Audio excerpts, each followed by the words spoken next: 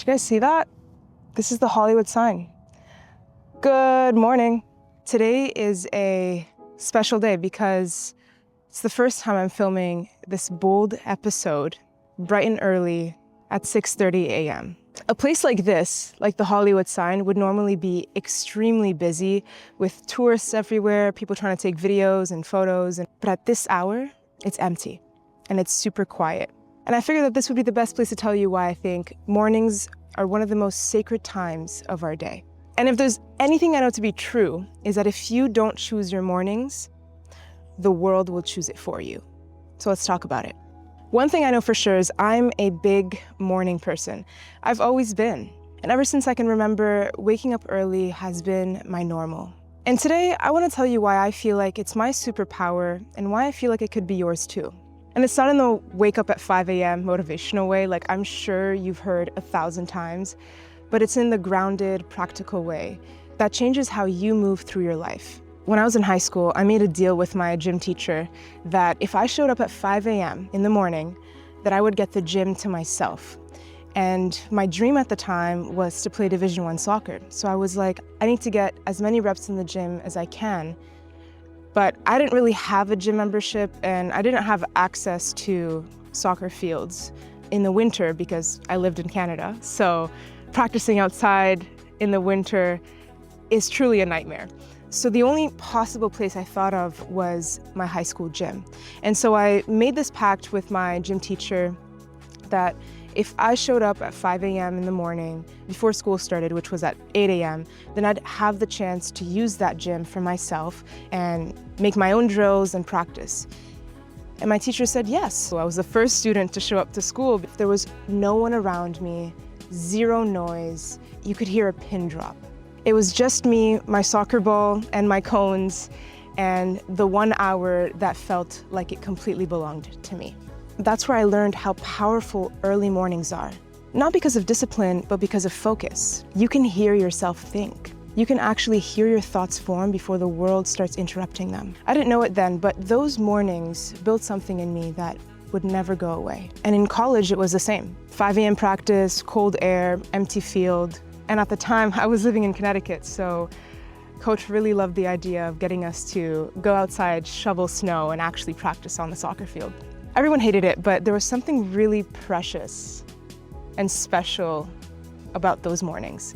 Because once you've been up before the sun, everything after feels easier. It's like you've already done something that most people are not willing to do. And it gives you that quiet confidence that stays with you all day.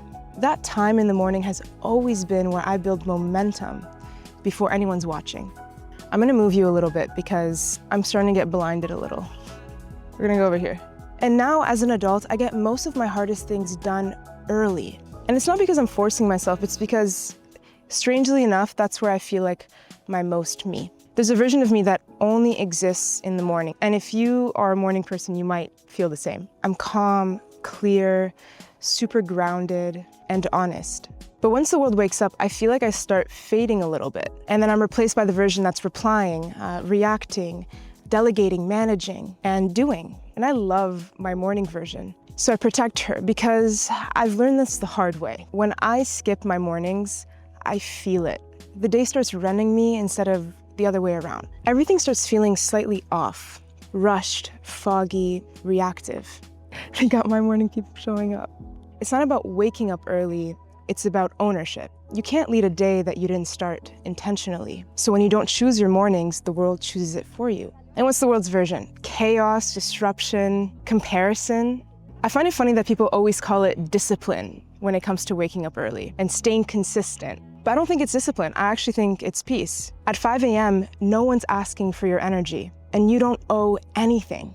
And when you give yourself that time, even for just 30 minutes, it changes how you show up for everything else. You stop rushing, you stop reacting. You move with intention because you started from clarity. If you've never tried it, give yourself 1 hour tomorrow morning. No phone, no scrolling. Go for a walk, write, think, breathe. See what happens when you start your day with stillness instead of stimulation. And you might realize that clarity doesn't come from doing more. It comes from doing nothing for a little while. And that's why I call my mornings my superpower. They remind me of who I am before the world tells me who to be. And I always get that question like, how do you get out of bed? Well, there's so many ways to get out of bed. The first one is Mel Robbins' 3-second rule, which is you just count to 3 and no matter what, you get up. I used to do that actually. Before I knew it was Mel Robbins' rule, I would just count to 3 and I'd just get up. The second way is I usually get pretty thirsty, and so I tend to leave a big water bottle far enough where I have to get up and go get it.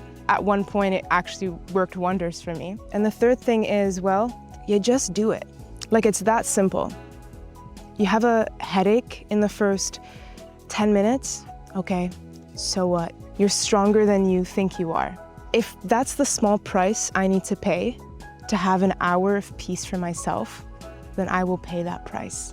And sometimes all it takes is repetition. Ever since I could remember, I've been waking up super early. And for me, at this point, I don't really have an alarm. I kind of just open my eyes and suddenly I have so much energy, I need to get out of bed and do something about it. That's how I'm wired though. Everyone's different, but I think that to build any form of habit, for it to be easier, is to do it over time. So if you ever want to truly master your mornings, understand that it'll be difficult at first, but if you do it enough times, you'll get used to it and you'll start enjoying it even more. You actually look forward to it. I know there are people that are night owls and they get everything done at night. I'm the complete opposite. Once it hits like 5 p.m., my brain shuts off and I shut everything off by like 7 maximum. I really like to think of what are the most sacred times of my day. And for me, it's my mornings and my evenings. It's funny enough that it coincides with sunrise and sunset. So for me, I tend to get everything done in the morning, enjoy my day with my team at work, getting creative.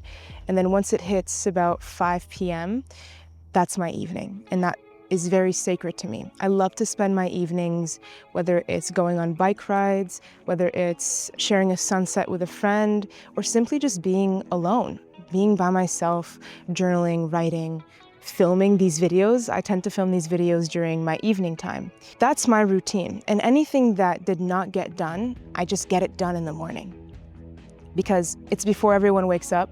And 9 times out of 10, I've realized the hardest things, the things that would take me like 3 hours to get done during normal hours of the day, take me maximum 1 hour to get done in the morning. So why not just optimize my workflow, get it done in the morning, enjoy the day, do my work, and then after that, enjoy my evening. I'm getting super distracted right now because there's like a swarm of tourists coming in, and I've been loving doing these videos, but I am still a little bit shy and scared when it comes to people around me.